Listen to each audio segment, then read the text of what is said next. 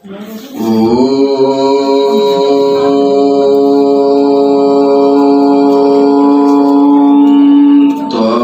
हीनः पिता वसुः त्वं माता शतक्रतो बभूविथ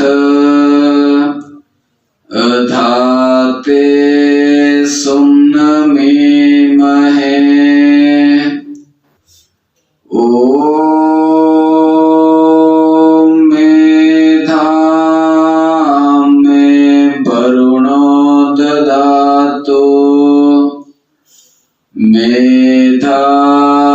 मेधामग्निः प्रजापतिः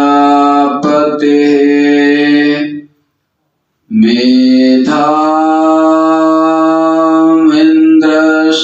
वायुश्च मेधां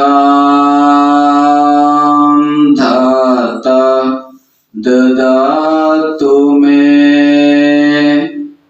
मेधां धाता ददातु मे। इस पावन यज्ञशाला में उपस्थित वंदनीय मातृशक्ति आदरणीय पंडित आनंद प्रकाश जी, आप सभी ने बहुत ही पवित्र परम पावन गायत्री महायज्ञ किया है और उस परम पिता परमात्मा की अमृतमयी चरण शरण में बैठकर बहुत सुंदर भजनों का आप श्रवण कर रहे थे। ईश्वर की अपार कृपा एवं अनुकंपा से जीवन में हमें ये श्रेष्ठ कार्य करने का अवसर प्राप्त होता है। तो जब भी हमें ऐसे श्रेष्ठ कार्य करने का अवसर मिले, हम उससे पीछे न रहें, अपितु बढ़ चढ़कर हमें इस गायत्री महायज्ञ में भाग लेना चाहिए, क्योंकि साल में केवल एक बार पूरा माघ महीना गायत्री यज्ञ किया जाता है। तो साल के 11 महीने आप इस समय जो मर्जी करें, परंतु माघ महीने में इस गायत्री यज्ञ में बढ़ चढ़कर भाग लें। यही मनुष्य जीवन की सार्थकता है। जब मैं पीछे आया था तो मैंने मनुष्य जीवन के ऊपर कुछ विचार प्रकट किए थे कि मनुष्य जीवन है क्या।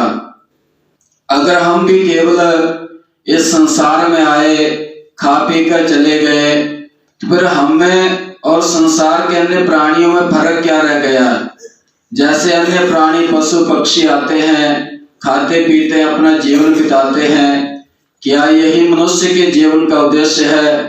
तो हमारे शास्त्रों में मनुष्य के ऊपर बहुत चर्चा की गई है।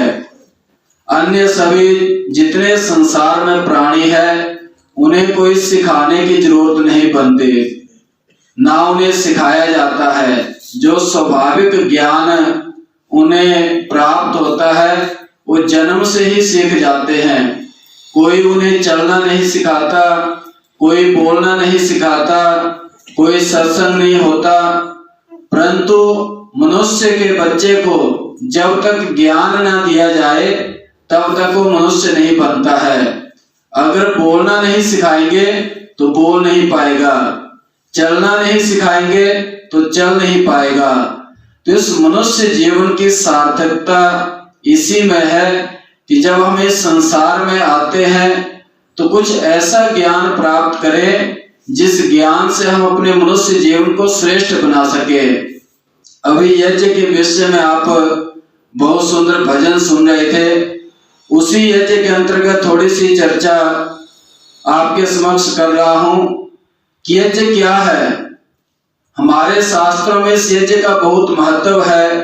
प्राचीन काल से हमारे ऋषि मुनि इस यज्ञ को करते आ रहे हैं। मर्यादा पुरुषोत्तम भगवान श्री राम जो प्रतिदिन यज्ञ करते थे और उनका जो जन्म हुआ था यज्ञ से हुआ था। जब राजा दशरथ के संतान नहीं हुई थी तो उनके गुरु वशिष्ठ ने उन्हें सलाह दी कि एक बहुत बड़े तपस्वी है श्रृंगी ऋषि, उनसे आप यज्ञ कराओ अगर संतान चाहते हो। तो जब विधिवत राजा दशरथ ने श्रृंगी ऋषि से पुत्रेष्टि यज्ञ कराया तो उन्हें 4 पुत्रों की प्राप्ति हुई। तो यज्ञ को हमारे शास्त्रों में कामधेनु कहा गया है। यज्ञशाला में चारों तरफ यज्ञ से संबंधित उक्तियां लिखी हुई है कि स्वर्ग कामो यजेत, यज्ञ करने से स्वर्ग मिलता है। आयुर्यज्ञेन कल्पताम, ये सभी सूक्तियां यज्ञ के महत्व को प्रतिपादित करती है कि यज्ञ का हमारे जीवन में क्या उद्देश्य है, क्या लाभ है। परंतु आज हम अपने ऋषि मुनियों का जो ज्ञान है, जो संस्कृति है, उसे अपनाने में, उसे अपने जीवन में उतारने में पीछे रह गए हैं। उसका कारण हमारे जीवन में कष्ट, क्लेश, दुखों के रूप में आता है। अगर हम इस यज्ञ को अपने जीवन में अपना लें तो इस यज्ञ के जहां भौतिक लाभ हैं वहीं पर हमें अनेक आध्यात्मिक लाभ प्राप्त होते हैं। परंतु हम इस यज्ञ को, अपने ऋषि मुनियों की पद्धति को अपने जीवन में पूर्ण रूप से उतार नहीं पाए हैं, ना उसे हम आगे बढ़ा रहे हैं। अपने बच्चों में हम इन संस्कारों को नहीं दे रहे हैं। उसका कारण ये है कि लोग इसका फायदा उठाकर हमारे जो हिंदू धर्म को कमजोर कर रहे हैं, उन्हें अपने धर्म में कन्वर्ट कर रहे हैं, उन्हें तरह तरह के प्रलोभन दिखाकर अपनी ओर आकृष्ट करते हैं। अगर हमारे जो बच्चे हैं, हमारे युवा पीढ़ी है, वो अपने धर्म के प्रति, अपनी संस्कृति के प्रति जागरूक हो जाए तो कोई भी उन्हें धर्म के मार्ग से हटा नहीं सकता। हमारे सामने उदाहरण है वीर हकीकत राय का। कितना छोटा सा बालक था, 13-14 वर्ष की आयु थी, परंतु जब उसे कहा कि या तो मरना स्वीकार करो, गर्दन कटवाओ, या अपने धर्म का त्याग कर मुसलमान बन जाओ, तो कितना उस बालक में धर्म के प्रति श्रद्धा थी, कितने संस्कार उसे बचपन से दिए थे। वो कहता है कि मुझे अपनी गर्दन कटवाना स्वीकार है, परंतु मैं कभी भी अपने धर्म का त्याग नहीं करूंगा। और उसी वीर हकीकत राय को आज भी याद किया जाता है, क्योंकि जो अपने धर्म के लिए बलिदान देगा वो हमेशा ही इस संसार में अमर रहेगा। तो यज्ञ भी एक ऐसी पद्धति है जिसे हमने त्याग दिया है। समय समय पर तो कभी कभी हमें याद आती है कि हम यज्ञ कर लें, परंतु यज्ञ हमारे जीवन में हमेशा होना चाहिए। ये जो मनुष्य शरीर हमें परमात्मा ने दिया है, ये भी एक यज्ञ का रूप है। कैसे यज्ञ का रूप है, एक उपनिषद के दृष्टांत के माध्यम से आपके समक्ष कहूंगा कि कहते हैं एक बार राजा जनक ने एक बहुत बड़ा यज्ञ करने का संकल्प लिया, और ये संकल्प उन्होंने किया कि इस यज्ञ में इस पृथ्वी पर जितने भी ऋषि मुनि हैं, विद्वान सन्यासी है, उन सभी को निमंत्रण दिया जाएगा और कोई भी इस यज्ञ में आने से वंचित नहीं रहेगा। तो चारों दिशाओं में उन्होंने अपने सेवकों को भेज दिया कि जितने ऋषि मुनि है, कोई भी इस यज्ञ के निमंत्रण के बिना ना रह पाए। तो राजा जनक ने जिस दिन यज्ञ निश्चित किया था, चारों दिशाओं से लोग विद्वान सन्यासी उस यज्ञ में आए थे। तो जब यज्ञ प्रारंभ होने वाला था, जैसे आप यज्ञ में आते हैं, जब यजमान यज्ञ वेदी पर बैठ जाता है, सभी अपने अपने आसन पर बैठ जाते हैं, तो यज्ञ प्रारंभ होता है। तो ऐसे ही राजा जनक ने जब यज्ञ वेदी पर आकर यजमान का आसन ग्रहण किया, और जो ब्रह्मा इत्यादि विद्वान थे वो सभी यज्ञ प्रारंभ करने वाले थे, तो एक उद्दालक नाम के ऋषि वहां पर आते हैं और कहते हैं कि ठहरो, अभी यज्ञ मत करना। तो राजा जनक दोनों हाथ जोड़कर खड़े हो जाते हैं और निवेदन करते हैं कि महाराज आप बताइए, क्या मेरे इस आयोजन में कोई कमी है, कोई त्रुटि है तो मैं उसे दूर करूं, परंतु आप ये कह रहे हैं कि अभी यज्ञ मत करो, यज्ञ रोकने का कारण क्या है? तो उद्दालक ऋषि कहते हैं कि देखो, मेरे 3 प्रश्न है, अगर इन 3 प्रश्नों का उत्तर दिए बिना आप यज्ञ करोगे तो आपका यज्ञ सफल नहीं होगा। राजा जनक निवेदन करते हैं कि महाराज आप अपने प्रश्न रखिए, यहाँ पर बहुत से विद्वान है, ऋषि मुनि है, इनमें से कोई ना कोई आपके प्रश्नों का उत्तर जरूर देगा। तो वहां पर उद्दालक ऋषि पहला प्रश्न कहते हैं कि किम सुद्वे यज्ञस्य आत्मा, इस यज्ञ का आत्मा क्या है। दूसरा प्रश्न रखते हैं कि किम सुद्वे यज्ञस्य प्राणः, इस यज्ञ के प्राण क्या है। और तीसरा प्रश्न था कि किम सुद्वे यज्ञस्य सारः, इस यज्ञ का सार क्या है। तो जब उद्दालक ऋषि इन 3 प्रश्नों को वहां पर भरी सभा में रखते हैं तो सभी विद्वान सिर झुकाकर नतमस्तक हो जाते हैं। सभी सन्यासी जितने भी थे, किसी ने भी उन प्रश्नों का उत्तर देने का साहस नहीं किया। तो राजा जनक दोनों हाथ जोड़कर उद्दालक ऋषि से निवेदन करते हैं कि महाराज अब आप ही इन 3 प्रश्नों का उत्तर दीजिए, उसके बाद ही ये यज्ञ प्रारंभ होगा। तो वहां पर उद्दालक ऋषि अपने 3 प्रश्नों में से जो पहला प्रश्न था कि किम सुद्वे यज्ञस्य आत्मा, यज्ञ की आत्मा क्या है, उसका उत्तर देते हुए कहते हैं कि स्वाहा वार्वे यज्ञस्य आत्मा, जो हम मंत्र के अंत में स्वाहा बोलकर अपनी आहुति चढ़ाते हैं वही यज्ञ की आत्मा है। बिना स्वाहा के हमारा यज्ञ पूरा नहीं होता है, हमारा मंत्र पूरा नहीं होता है। हमारे पास अगर बहुत बढ़िया उत्तम सामग्री है, बहुत बढ़िया समिधा है, घी अच्छा है, परंतु अगर हम स्वाहा नहीं बोलते हैं और अपनी आहुति नहीं चढ़ाते हैं तो फिर वो आहुति और यज्ञ अधूरा रह जाता है। इसीलिए स्वाहा उद्दालक ऋषि कहते हैं इस यज्ञ की आत्मा है। इस आत्मा के बिना जैसे हमारे शरीर का अस्तित्व नहीं है, अगर हमारे इस शरीर में आत्मा ना हो तो क्या होगा।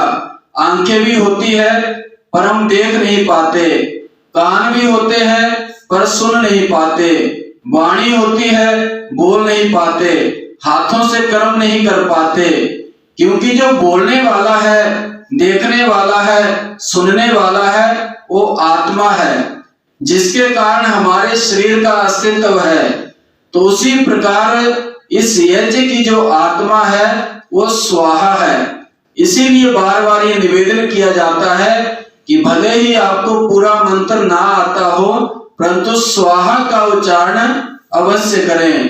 परंतु हम उसमें भी प्रमाद कर जाते हैं, आलस्य कर जाते हैं। तो स्वाहा हम सभी यज्ञ करने वालों को बोलना चाहिए। गायत्री मंत्र तो आप सभी जानते हैं, उसके अंत में स्वाहा बोलकर आहुति देते हैं। परंतु जो मंत्र नहीं भी आते हैं, जब आहुति देने की बारी आती है तो अवश्य हम स्वाहा बोलकर अपनी आहुति चढ़ाएं। बिना स्वाहा के हम अपनी आहुति ना चढ़ाएं, गूंगे बनकर अपनी आहुति ना चढ़ाएं। स्वाहा का अर्थ होता है कि स्व आहा, जो कुछ हमारे पास है हम प्रभु को अर्पण कर रहे हैं। तो स्वाहा से हमारे जीवन में समर्पण की भावना आती है। बिना समर्पण के हम यज्ञ सफल नहीं कर पाते। अगर यज्ञ को सफल बनाना है तो हमारे अंदर समर्पण की भावना होनी चाहिए, और उस समर्पण के बिना हमारे परिवार भी नहीं चल पाते। अगर परिवार में एक दूसरे के प्रति समर्पण की भावना नहीं है, प्रेम की भावना नहीं है, तो उस परिवार में हम देखेंगे कि कलह क्लेश ही होगा, अशांति होगी, भाई भाई आपस में लड़ेंगे, परिवार में एक दूसरे के प्रति स्नेह की भावना नहीं होगी। तो ये जो समर्पण की भावना है हमारे जीवन में बहुत आवश्यक है। तो जिस प्रकार इस स्वाहा की आहुति के बिना हमारा यज्ञ पूरा नहीं होता है, उसी प्रकार समर्पण की भावना के बिना हमारा परिवार श्रेष्ठ परिवार नहीं बन पाता है। तो उद्दालक ऋषि कहते हैं कि हे राजा जनक, स्वाहा ही इस यज्ञ की आत्मा है, इसीलिए इस स्वाहा को हम जहाँ इस भौतिक यज्ञ में अपनाएं, वहीं पर अपने इस मनुष्य जीवन रूपी यज्ञ में भी स्वाहा की भावना को, समर्पण की भावना को आत्मसात करें।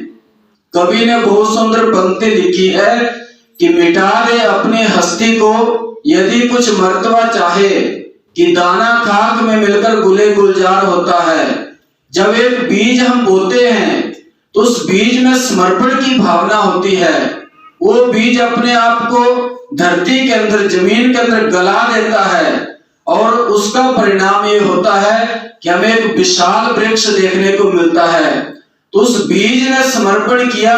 अगर बीज ये सोचे कि मैं क्यों अपने आप को गलाऊंगा, मैं क्यों समर्पण करूंगा, तो कभी भी हमें विशाल वृक्ष नहीं मिल सकता।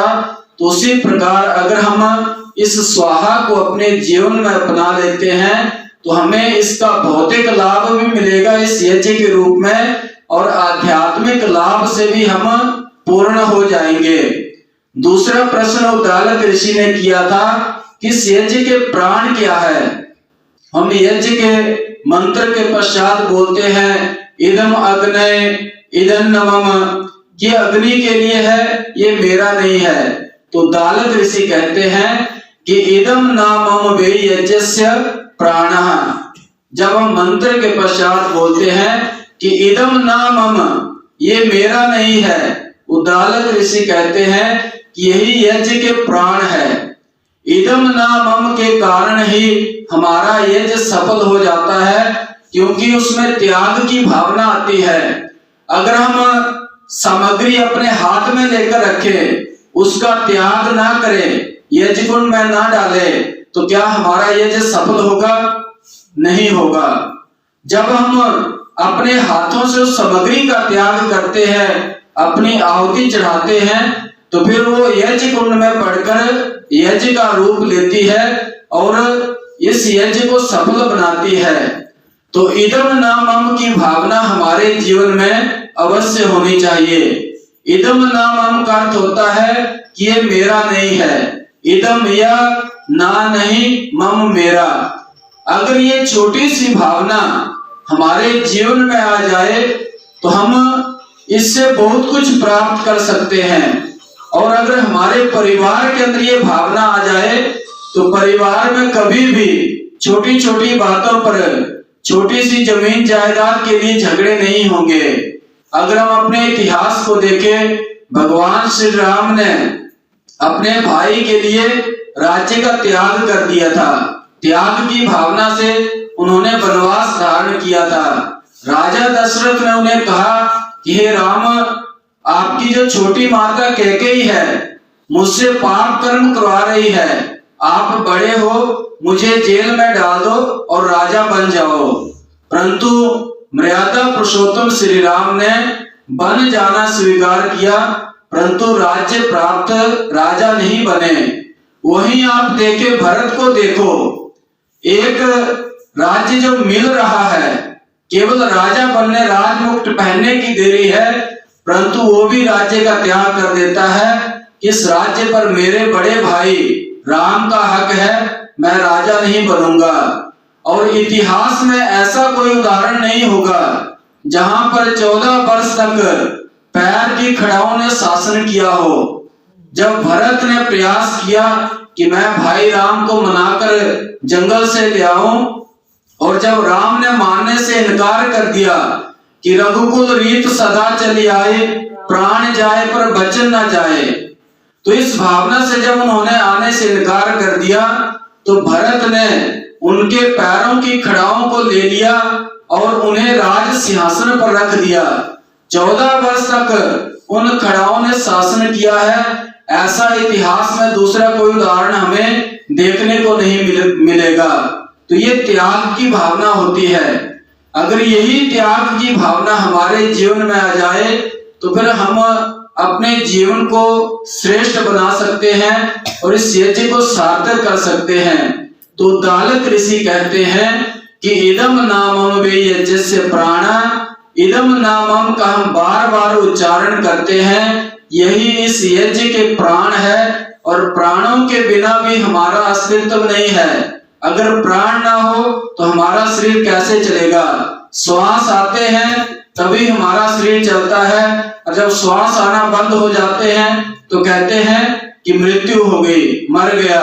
तो केवल श्वासों का इसमें खेल है। जब आ रहे हैं तब तक इसका अस्तित्व है, जब नहीं आ रहे हैं तो ये पंच तत्वों से बना शरीर निश्चेष्ट हो जाता है, इसमें कोई चेष्टा नहीं रहती है। तो इदम नामम की भावना हम अपने जीवन में धारण करें, अपने बच्चों को इस प्रकार के संस्कार दें। इदम नामम, ये मेरा नहीं है। और हमारे शास्त्रकारों ने तो कहा है कि उदार चरिता नाम तो वसुधैव कुटुंबकम, जो विशाल हृदय वाला है, जिसके लिए मेरा तेरा की भावना नहीं है, ऐसा व्यक्ति सारी पृथ्वी को अपना परिवार मानता है। क्योंकि हमारा जो आदर्श है वो है सर्वे भवन्तु सुखिना, सब सुखी हो। हम स्वार्थी कभी नहीं हो सकते, क्योंकि हमारी संस्कृति में कभी भी अकेले खाने की प्रेरणा नहीं दी गई है, अकेले खाने का आदेश नहीं है। वेद कहता है कि मोघम अन्नम विन्दते अप्रचेता सत्यम ब्रवीमि बद इत सतस्य न आर्यमणम पुष्यति न सखायम केवलागो भक्ति केवलादि, कि जो अकेला खाने वाला है वो पाप को खाता है। इसीलिए हमारी वैदिक संस्कृति में हर गृहस्थी के लिए पंच महायज्ञों का विधान है। और जिस घर में इस प्रकार के पंच महायज्ञ होते हैं वहां पर कभी कोई कष्ट क्लेश नहीं आता है। वहां एक दूसरे के प्रति समर्पण की भावना भी होती है, त्याग की भावना होती है, एक दूसरे के प्रति स्नेह होता है। और ऐसे जो परिवार होते हैं हमारे समाज में आदर्श परिवार कहलाते हैं। तो हमें अपने आदर्श परिवार बनाने के लिए अपनी पंच महायज्ञों की संस्कृति को अपनाना चाहिए। हमारी संस्कृति में पितृयज्ञ है, माता पिता की सेवा करना भी एक यज्ञ है। उसमें ये नहीं कि आहुति चढ़ानी है। जब हम श्रद्धा से उनकी सेवा करते हैं, शुश्रूषा करते हैं, उनका आशीर्वाद लेते हैं, उन्हें तृप्त करते हैं, तो उसे भी हमारे शास्त्रों में यज्ञ कहा गया है। कितनी उच्च संस्कृति है हमारी। अतिथि यज्ञ है, घर में आए अतिथि का सत्कार करना, उसे भी यज्ञ के समान बताया गया है। बलि वैष्णोदेव यज्ञ है, जो हम गाय को रोटी खिलाते हैं, पक्षियों को दाना डालते हैं, कुत्ते को रोटी देते हैं, उसे भी हमारे शास्त्रों में यज्ञ कहा गया है। तो कितनी विशाल हमारी संस्कृति है। अगर इस यज्ञ की संस्कृति को हम अपना लें, त्याग की भावना को अपना लें, तो हमारे केवल परिवार का ही नहीं समाज का बहुत बड़ा कल्याण हो सकता है। तो इस इदम नामम की भावना को हम जीवन में धारण करें, कभी भी हम त्याग करने से पीछे ना हटें। और अंतिम प्रश्न जो उद्दालक ऋषि ने किया था कि किम स्वेद में यज्ञ से सारा, तो वहां पर उद्दालक ऋषि इसका उत्तर देते हुए कहते हैं कि सुरभिर में यज्ञ से सारा, सुगंधी इस यज्ञ का सार है। जो हमने इस यज्ञ में पदार्थ डाले, सामग्री डाली, उसका जो निचोड़ है हमें सुगंधी के रूप में प्राप्त हुआ। चारों तरफ सुगंधी फैली, जहां जहां तक इस यज्ञ की वायु फैलती है वहां वहां तक हर व्यक्ति को एहसास होता है कि कहीं पर कोई यज्ञ हो रहा है, अच्छा कार्य हो रहा है। तो उद्दालक ऋषि कहते हैं कि जैसे सुगंधी इस यज्ञ का सार है, उसी प्रकार अपने जीवन में अच्छे कर्मों की सुगंधी फैलाना इस मनुष्य जीवन का सार है।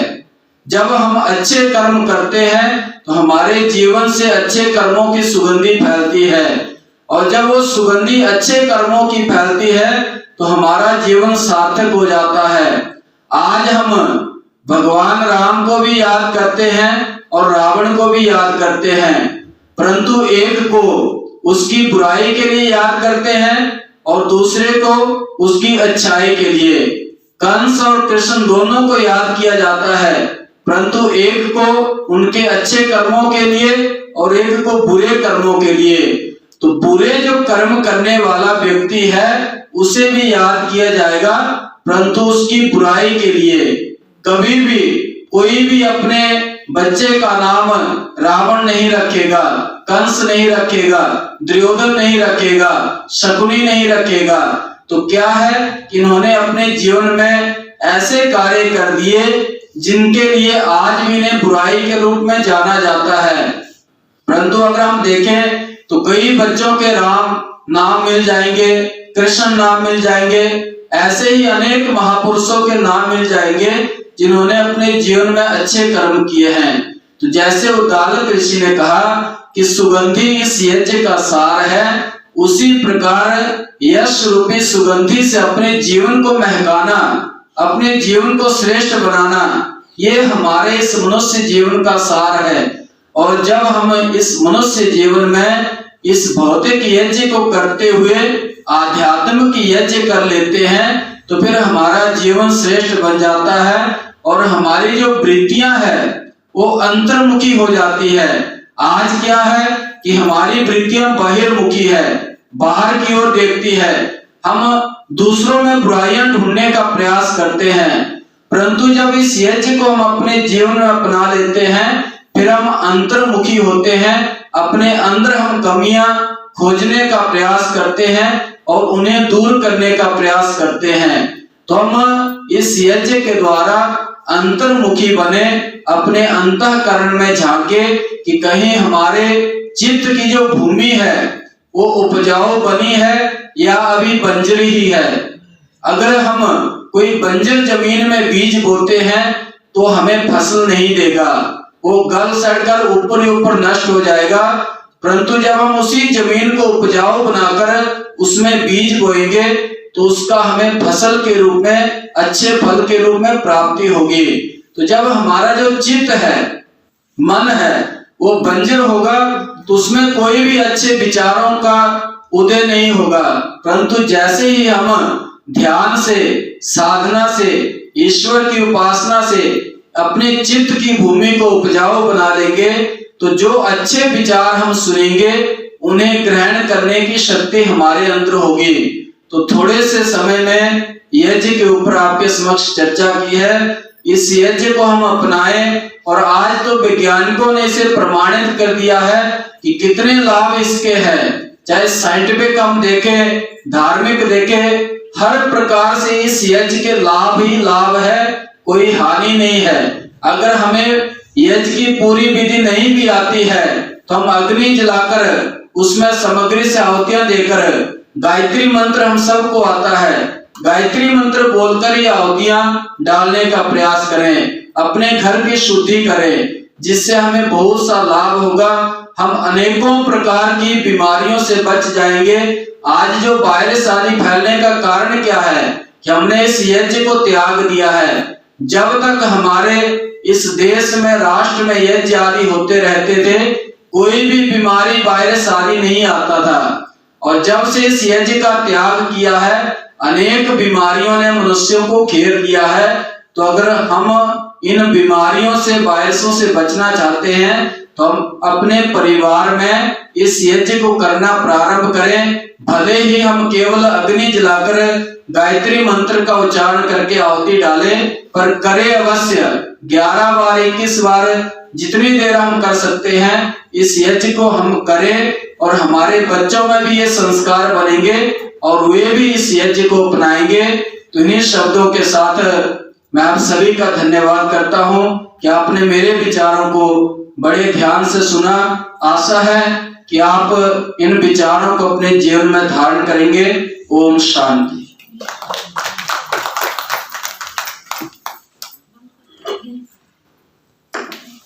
बहुत ही सुंदर प्रवचन।